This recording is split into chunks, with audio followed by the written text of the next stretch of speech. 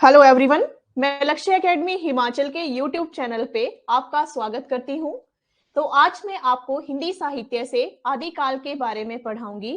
तो इसके बारे में मैं आपको जरूरी जानकारी दे देती हूँ, जिसमें LT TET, LT commission, PGT Hindi के हमारे लाइव ऑनलाइन कोर्सेज शुरू हो रहे हैं। तो आप भी कोर्सेज ज्वाइन करना चाहते हैं तो लक्ष्य एकेडमी हिमाचल, लक्ष्य एकेडमी नहीं, लक्ष्य academy Himachal app Google play store से डाउनलोड करें या दिए गए नंबर 8894592402 पे आप इंक्वायरी कर सकते हैं। या इसके अलावा लक्ष्य एकेडमी हिमाचल ऐप का लिंक आपको वीडियो के डिस्क्रिप्शन में मिल जाएगा। तो जैसे मैंने आपको बताया कि मैं आज आपको हिंदी साहित्य से आदिकाल के बारे में पढ़ाऊंगी। तो शुरू करते हैं। आदिकाल। तो सबसे पहले मैं आपको बता दूं कि आदिकाल का जो टाइम पीरियड रहा है वो क्या रहा है। इसका टाइम पीरियड है 1000 ईस्वी से 1350 ईस्वी तक क्या रहा है, आदिकाल का टाइम पीरियड रहा है। तो इसमें जो है हिंदी साहित्य के प्रथम चरण को, हिंदी साहित्य के प्रथम चरण को ही आदिकाल के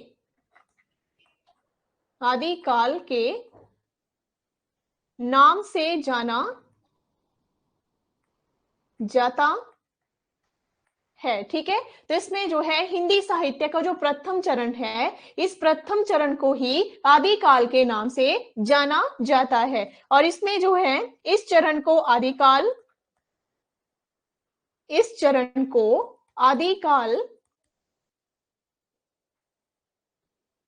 नाम सर्वप्रथम किसने दिया? नाम सर्वप्रथम आचार्य हजारी प्रसाद द्विवेदी ने प्रदान किया था। ठीक है, तो इसमें जो है इस चरण को आदिकाल नाम जो था सर्वप्रथम किसने दिया था? आचार्य हजारी प्रसाद द्विवेदी ने दिया था। ठीक है, इसके बाद भारतीय राजनीतिक दृष्टि से इस समय को अगर देखा जाए तो भारतीय राजनीतिक दृष्टि से इस समय भारतीय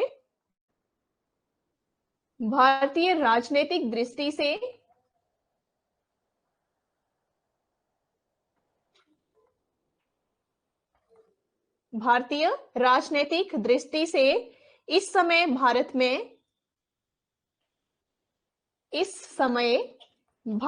में क्या हो रहा था? सम्राट हर्षवर्धन के 648 ईस्वी के शासन का क्या हो रहा था? अंत हो रहा था। ठीक है, तो इसमें जब भारतीय राजनीतिक दृष्टि से जब इसको देखा जाए तो इस समय क्या हो रहा था? भारत में सम्राट हर्षवर्धन के शासन का अंत हो रहा था। तो अंत इसका हो रहा था, तो उदय किसका हो रहा था? उदय हो रहा था हिंदी साहित्य का। ठीक है, तो उसी समय जब इसका अंत हो रहा था, उसी समय हिंदी साहित्य का उदय हो रहा था। ठीक है, और इसमें आरंभ में इस चरण में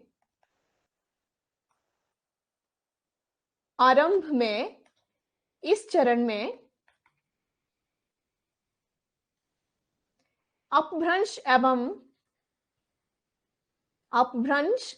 एवं हिंदी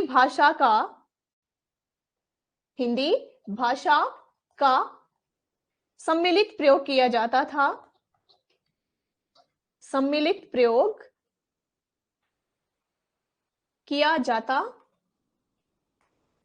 था।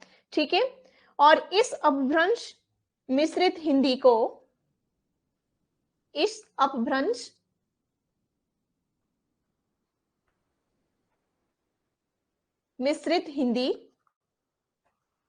को विविध विद्वानों के द्वारा, विविध विद्वानों के द्वारा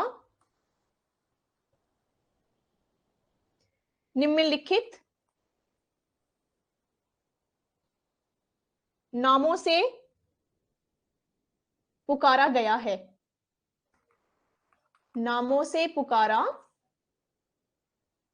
गया है। ठीक है, तो इसमें जो है आरंभ में इस चरण में अपभ्रंश एवं हिंदी भाषा का सम्मिलित मतलब मिश्रित प्रयोग किया जाता था, और इस अपभ्रंश मिश्रित हिंदी को विविध विद्वानों के द्वारा मतलब जो नाम है उनसे पुकारा गया है। तो वो नाम कौन कौन से हैं?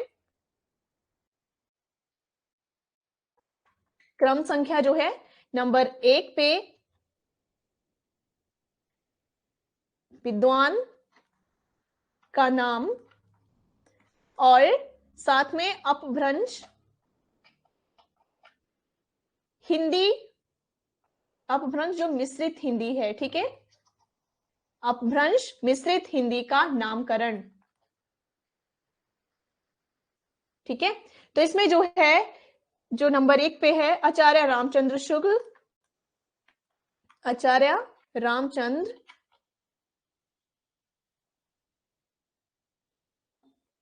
शुक्ल। तो अपभ्रंश मिश्रित हिंदी का जो नामकरण किया गया है आचार्य रामचंद्र शुक्ल के द्वारा, तो इसमें है प्राकृताभास हिंदी, प्राकृताभास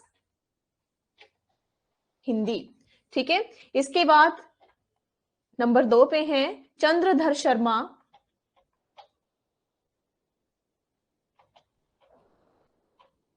चंद्रधर शर्मा गुलेरी, चंद्रधर शर्मा गुलेरी के द्वारा पुरानी हिंदी का नामकरण, पुरानी हिंदी। नंबर 3 पे आचार्य हजारी प्रसाद, आचार्य हजारी प्रसाद द्विवेदी, आचार्य हजारी प्रसाद द्विवेदी के द्वारा परिष्कृत हिंदी, परिष्कृत हिंदी का नामकरण। ठीक है, नंबर 4 पे जो विद्वान का नाम है विद्यापति, विद्यापति, तो इनके द्वारा जो है देसिल वनिया का नामकरण, का नामकरण। और इसके बाद नंबर 5 पे जो विद्वान हैं डॉक्टर नागेंद्र, डॉक्टर नागेंद्र, तो इनके द्वारा जो अपभ्रंश मिश्रित हिंदी का जो नामकरण किया गया है उसका नाम है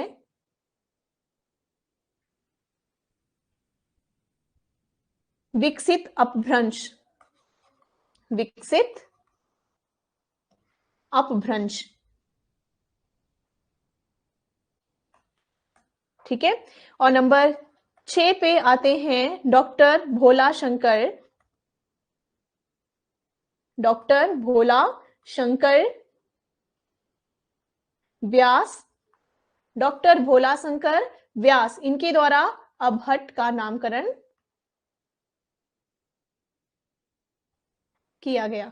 ठीक है, तो ये क्या था, इसमें जो था मैंने आपको अभी बताया कि आरंभ में इस चरण में अपभ्रंश एवं हिंदी भाषा का सम्मिलित प्रयोग किया जाता था, और इस अपभ्रंश मिश्रित हिंदी को ही विविध विद्वानों के द्वारा क्या किया गया है, नामों से पुकारा गया है। तो मैंने आपको यहाँ पे क्लियर कर दिया। इसके बाद नेक्स्ट मैं आपको पढ़ा रही हूँ अभी आदिकाल का नामकरण।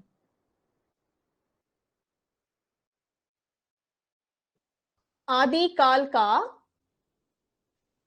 नामकरण।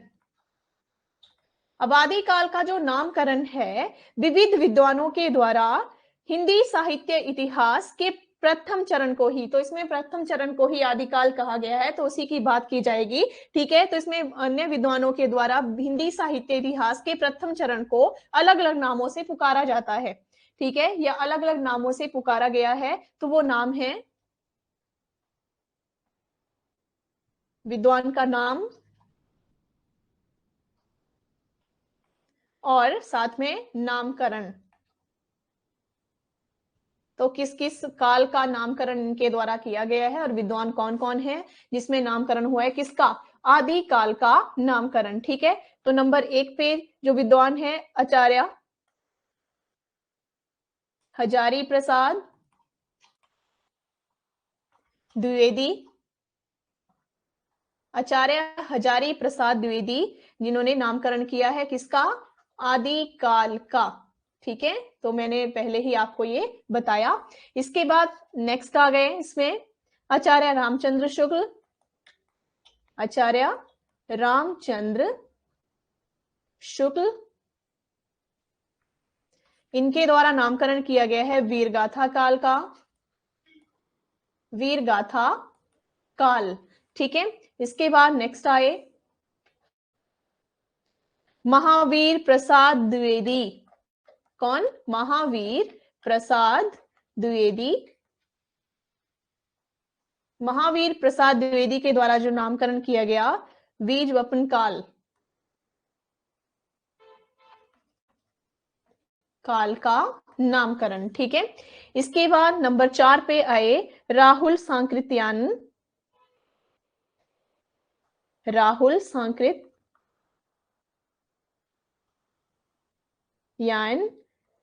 तो इनके द्वारा जो नामकरण है सिद्ध सामंत काल का, किसका?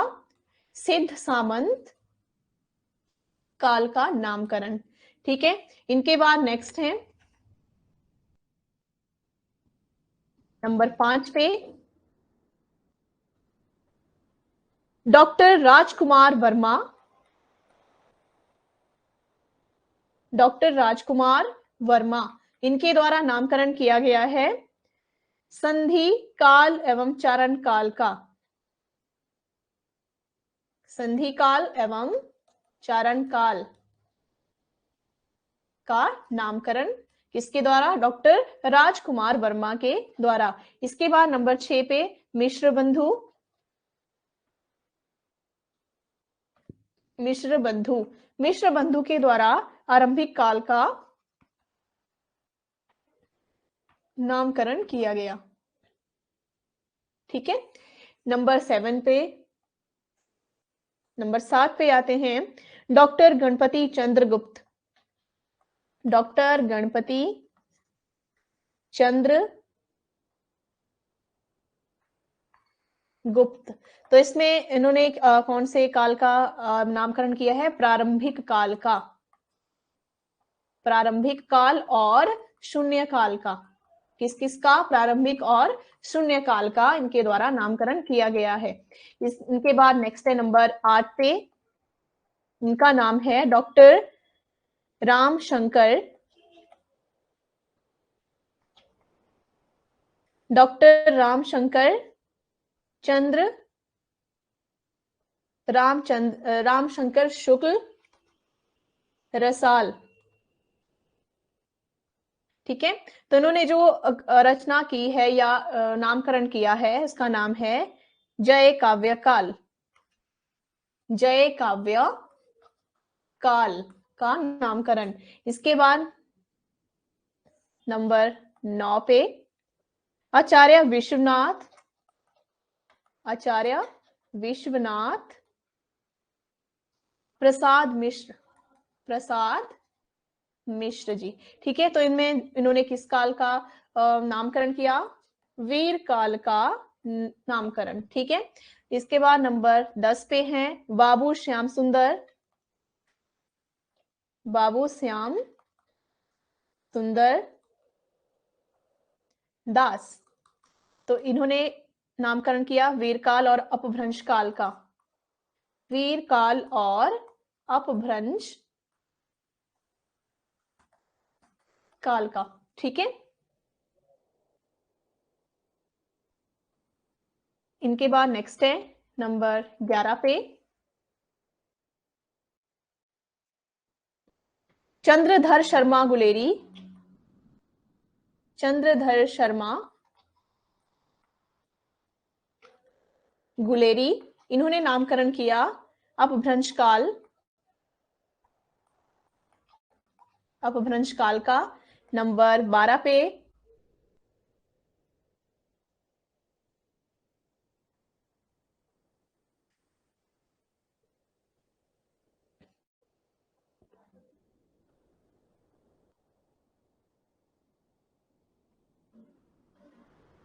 नंबर 12 पे हैं डॉक्टर धीरेन्द्र शर्मा। डॉक्टर धीरेन्द्र शर्मा, तो इन्होंने जो किया है नामकरण अपभ्रंश काल का ही नामकरण किया है। ठीक है, इनके बाद नेक्स्ट है डॉक्टर बच्चन सिंह, नंबर 13 पे बच्चन सिंह, इन्होंने नामकरण किया अपभ्रंश काल और जातीय साहित्य का उदय। जातीय साहित्य का उदय। ठीक है, इनके बाद नेक्स्ट है नंबर 14 पे जॉर्ज अब्राहम ग्रियर्सन।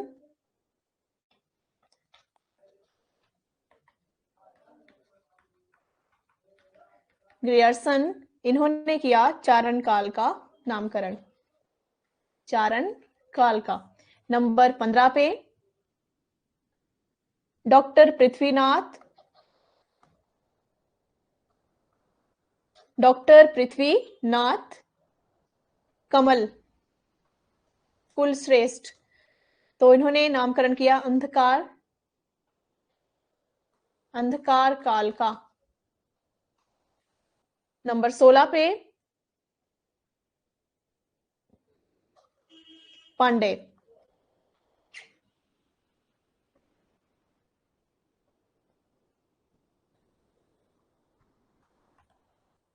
इन्होंने क्या किया संक्रमण काल का नामकरण किया।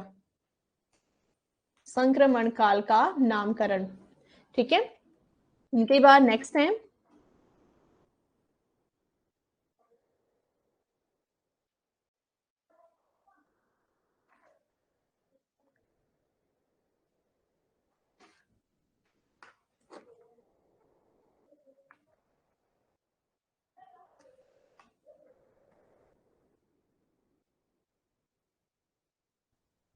नंबर 17 पे डॉक्टर हरिश्चंद्र वर्मा।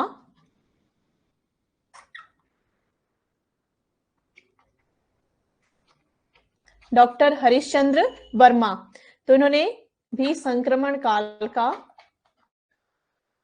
इन्होंने नामकरण किया। ठीक है, इनके बाद नंबर 18 पे मोहन अवस्थी। मोहन अवस्थी, मोहन अवस्थी ने आधार काल का क्या किया नामकरण। आधार काल का नामकरण। ठीक है, इनके बाद नंबर 19 पे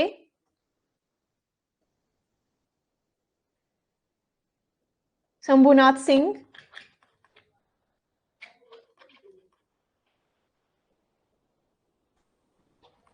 इन्होंने किस काल का प्राचीन काल का नामकरण किया। प्राचीन काल का। ठीक है, इसके बाद 20 नंबर पे शैलेश जैदी। शैलेश जैदी, इन्होंने किसका आविर्भाव काल का नामकरण किया। आविर्भाव काल का नामकरण।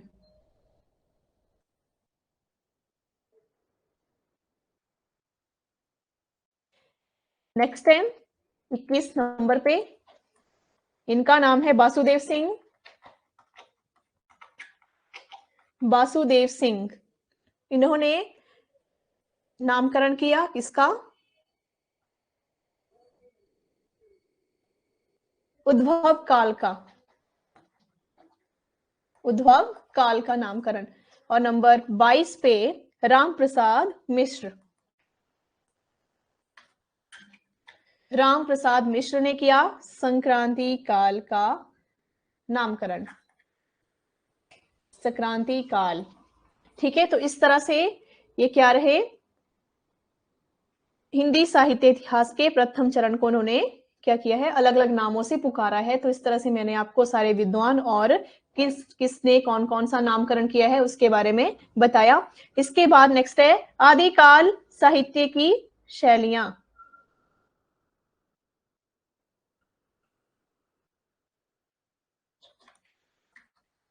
आदिकाल साहित्य की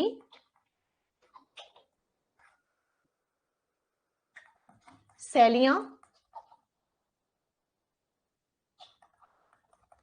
तो आदिकाल साहित्य की जो शैलियां हैं, ये साहित्य जो है आदिकाल साहित्य में प्रमुखतः दो प्रकार की शैलियां हैं। कितनी? दो प्रकार की शैलियां हैं। वो कौन कौन सी हैं? दो प्रकार की शैलियां वो हैं पिंगल शैली, पिंगल शैली, और दूसरी कौन सी है? डिंगल शैली। ठीक है, पिंगल शैली और डिंगल शैली। तो अब इसमें मैं आपको बताऊंगी पिंगल शैली के बारे में। पहले तो पिंगल शैली जो है ये क्या है?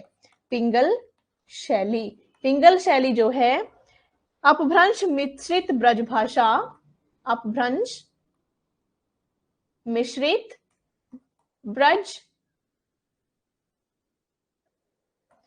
भाषा को पिंगल शैली के नाम से, को पिंगल शैली के नाम से जाना जाता है। ठीक है, किसको? अपभ्रंश के मिश्रित, जो अपभ्रंश मिश्रित है ब्रज भाषा को पिंगल शैली के नाम से जाना जाता है। ठीक है, और इस शैली की रचनाओं में, इस शैली की रचनाओं में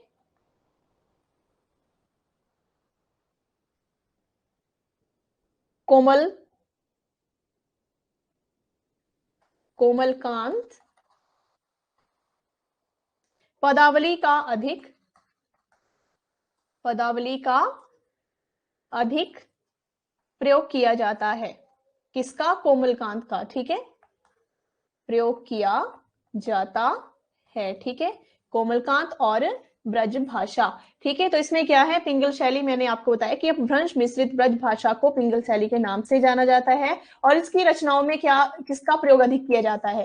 कोमलकांत का अधिक प्रयोग, कोमलकांत पदावली का अधिक प्रयोग इसमें किया जाता है। ठीक है, अब इसके बाद आ गई डिंगल शैली। तो डिंगल शैली क्या है? डिंगल शैली जो है, डिंगल शैली, डिंगल शैली में अपभ्रंश मिश्रित, अपभ्रंश मिश्रित राजस्थानी भाषा को, राजस्थानी भाषा को क्या कहा जाता है? डिंगल शैली के नाम से, डिंगल शैली के नाम से जाना जाता है। ठीक है, और इस शैली में, इस शैली में रचनाओं में, या इस शैली की रचनाओं में, की रचनाओं में कठोर कर्कश, कठोर कर्कश पदावली का प्रयोग किया जाता है।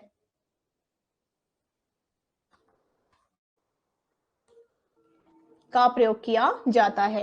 तो दोनों में मैंने आपको बताया कि इसमें दो प्रकार की शैलियां हैं, पिंगल और डिंगल शैली। तो पिंगल शैली के नाम क्या क्या है? ब्रज भाषा, अपभ्रंश मिश्रित ब्रज भाषा को क्या कहा जाता है? पिंगल शैली के नाम से जाना जाता है। और इसमें कोमलकांत पदावली का अधिक प्रयोग किया जाता है। लेकिन डिंगल शैली को अगर बताऊं मैं, तो इसमें राजस्थानी भाषा को क्या कहा जाता है? डिंगल शैली के नाम से जाना जाता है। और इसमें, इसकी रचनाओं में कठोर कर्कश पदावली का अधिक प्रयोग किया जाता है। मतलब पिंगल शैली में कोमलता और इसमें डिंगल शैली में कठोर कर्कश पदावली का प्रयोग होता है। ठीक है, इसके बाद नेक्स्ट है आदिकाल या आदिकालीन साहित्य की प्रमुख प्रवृत्तियां।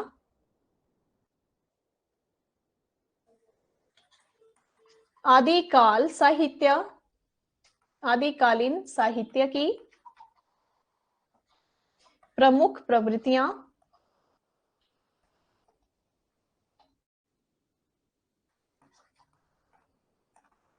इसकी जो प्रमुख प्रवृत्तियां हैं, आदिकाल साहित्य में प्रमुखतः तीन प्रकार की प्रवृत्तियों का प्रयोग हुआ है। कितने प्रकार की? तीन प्रकार की प्रवृत्तियां। ठीक है, तीन प्रकार की प्रवृत्तियां हैं, कौन कौन सी? नंबर 1 पे वीर गाथा काल, वीर गाथा काल, पहली प्रवृत्ति वीर गाथा काल, जिसमें किसकी रचनाओं में है ये? रास और साहित्य, रास और साहित्य की रचनाओं में, रासो साहित्य की रचनाओं में। नेक्स्ट है धार्मिकता, धार्मिकता, तो धार्मिकता में रास मीन जैन, ठीक है। इसके बाद सिद्ध मीन बौद्ध, और नाथ साहित्य की, नाथ साहित्य की रचनाओं में, नाथ साहित्य की रचनाओं में। इसके बाद नंबर 3 पे है श्रृंगारिकता, श्रृंगारिकता, श्रृंगारिकता में विद्यापति की, विद्यापति की पदावली रचना में, विद्यापति की पदावली रचना में, ठीक है। तो ये क्या है? तीन प्रकार की हैं, तीन प्रकार की प्रवृत्तियों का इसमें प्रयोग हुआ है। कौन कौन सी? वीर गाथा काल, धार्मिकता और श्रृंगारिकता का प्रयोग हुआ है, ठीक है। और इसके बाद है हिंदी भाषा का आदि कवि,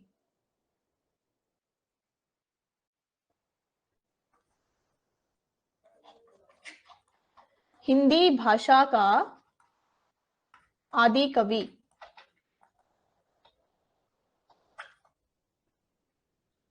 हिंदी भाषा का आदि कवि, हिंदी भाषा के आदि कवि के संबंध में विद्वानों ने अलग अलग मत दिए हैं। कौन कौन से मत दिए हैं? जैसे ठाकुर,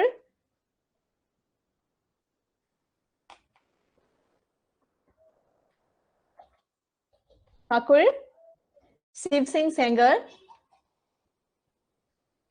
शिव सिंह सेंगर के अनुसार, के अनुसार, तो इसमें आपको क्या क्लियर हो जाएगा? हिंदी भाषा के जो आदि कवि हैं कौन कौन है, सब इसमें क्लियर हो जाएगा, और उन्होंने क्या मत दिए हैं वो भी क्लियर हो जाएगा, ठीक है। पुष्य और या पुण्य, ठीक है। इनके बाद सेकंड पे हैं डॉक्टर राजकुमार वर्मा, डॉक्टर राजकुमार वर्मा, तो इन्होंने क्या, इनका मत क्या है? स्वयंभू, स्वयंभू, ठीक है। इसके बाद नंबर 3 पे डॉक्टर गणपति, डॉक्टर गणपति चंद्रगुप्त के अनुसार, चंद्रगुप्त के अनुसार इन्होंने क्या मत दिया है? शालिभद्र सूरी, शालिभद्र सूरी। इनके बाद नंबर 4 पे हैं आचार्य हजारी प्रसाद द्विवेदी, आचार्य हजारी प्रसाद द्विवेदी, इनके अनुसार, के अनुसार अब्दुल रहमान, ठीक है।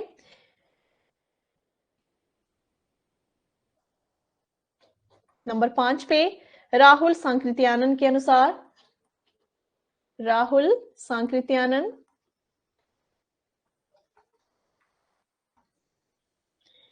सांकृत्यायन के अनुसार इनका मत है सरहपा। नंबर 6 पे डॉक्टर बच्चन सिंह के अनुसार, डॉक्टर बच्चन सिंह के अनुसार इनका मत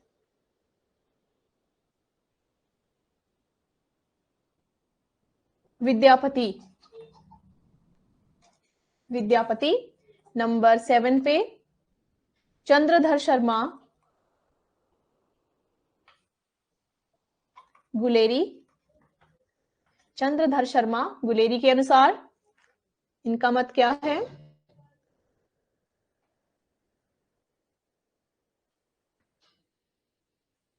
राजा भुंज, राजा भुंज। और नंबर 8 पे आचार्य रामचंद्र शुक्ल, आचार्य रामचंद्र शुक्ल के अनुसार आदि कवि, आदि कवि राजा भुंज और आदि महाकवि, आदि महाकवि कौन? चंदवरदाई, चंदवरदाई। ठीक है। और सर्व मान्यता अनुसार सरहप्पा। ठीक है, सर्व मान्यता अनुसार कौन है? सरहप्पा। ठीक है। और इसके बाद हिंदी साहित्य की सर्वप्रथम रचना,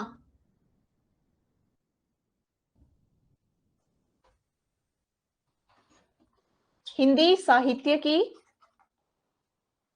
सर्वप्रथम रचना।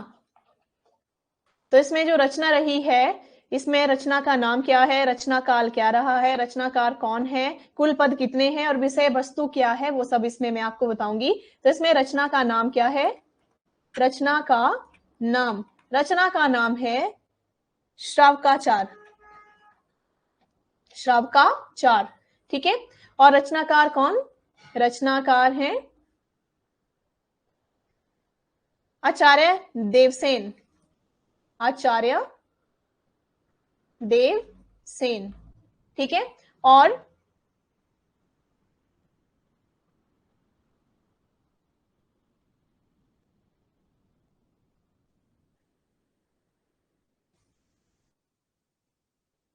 रचना काल क्या है? रचना काल, रचना काल है 933 ईस्वी का रचना काल। और कुल पद कितने हैं? कुल पद हैं 250 दोहे। ठीक है। और विषय वस्तु क्या है इसकी? विषय वस्तु है श्रावक धर्म, श्रावक धर्म, जैन धर्म के सिद्धांतों का वर्णन है। ठीक है, जैन धर्म के सिद्धांतों का वर्णन है। ठीक है। इसके बाद आदिकाल साहित्य का विभाजन किस तरह से है? आदिकाल साहित्य का विभाजन, आदिकाल साहित्य का विभाजन जो है, संपूर्ण साहित्य को प्रमुख या प्रमुखता 4 श्रेणियों में बांटा गया है, यह विभाजित किया जाता है। कितनी? 4 श्रेणियों में विभाजित किया गया है। वो कौन कौन सी हैं? वो हैं नंबर 1 पे रासो साहित्य, रासो साहित्य, चारण काव्य। ठीक है। नंबर 2 पे रास साहित्य, रास साहित्य जिसमें जैन काव्य। ठीक है। नंबर 3 पे तीसरी जो श्रेणी है सिद्ध साहित्य, सिद्ध साहित्य मीन बौद्ध काव्य, बौद्ध काव्य। ठीक है। और नेक्स्ट है नाथ साहित्य। नंबर 4 पे चौथी जो श्रेणी है नाथ साहित्य की। तो नाथ साहित्य का क्या है? शैव काव्य। ठीक है। तो ये क्या है? आदिकाल साहित्य का विभाजन किया है 4 तरह से, रासो, रास, सिद्ध और नाथ। चारण काल, जैन काव्य और बौद्ध और शैव। ठीक है। तो इसमें नोट करने के लिए बात यह है कि इसमें जो है आचार्य रामचंद्र शुक्ल ने, आचार्य रामचंद्र शुक्ल ने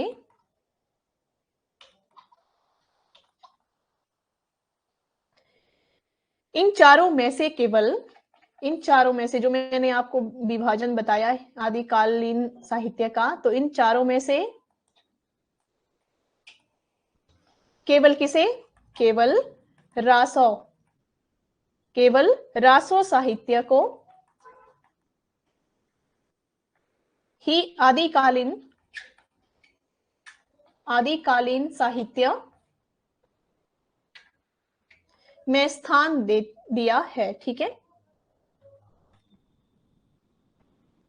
में स्थान दिया है। ठीक है, किसे? रासो साहित्य को। किसने? रामचंद्र शुक्ल ने।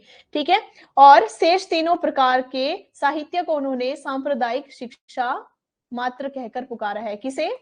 शेष तीनों साहित्य को उन्होंने सांप्रदायिक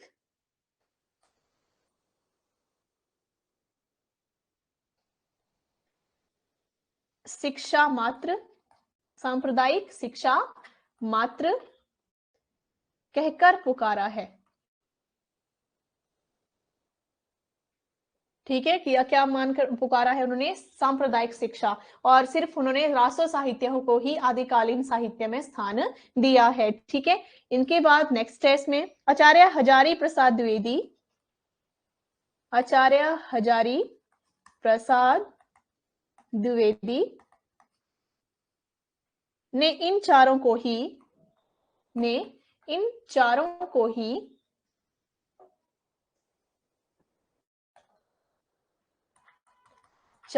ही क्या किया है?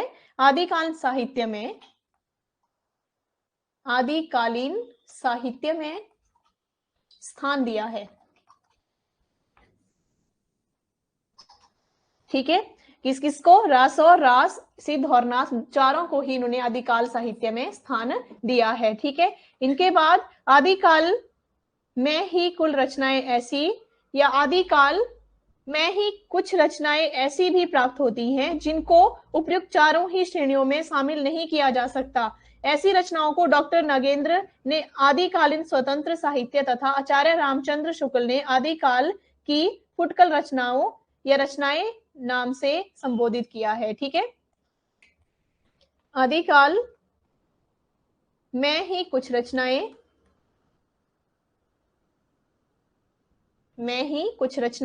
ऐसी भी प्राप्त होती हैं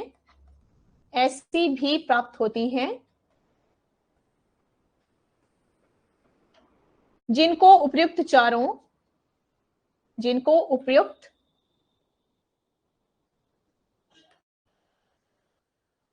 ही श्रेणियों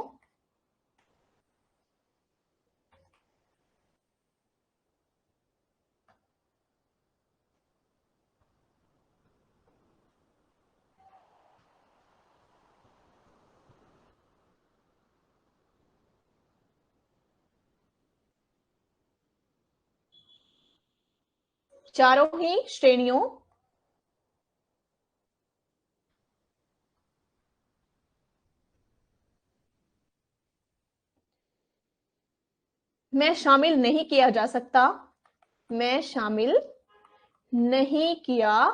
जा सकता। ठीक है, तो इसमें जो है ऐसी रचनाओं को डॉक्टर नगेंद्र ने आदिकालीन स्वतंत्र साहित्य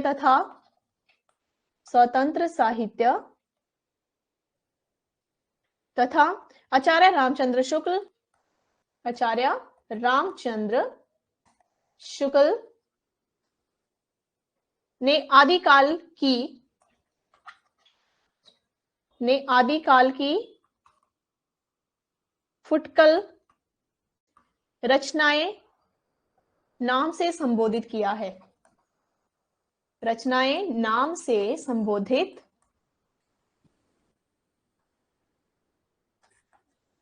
किया है।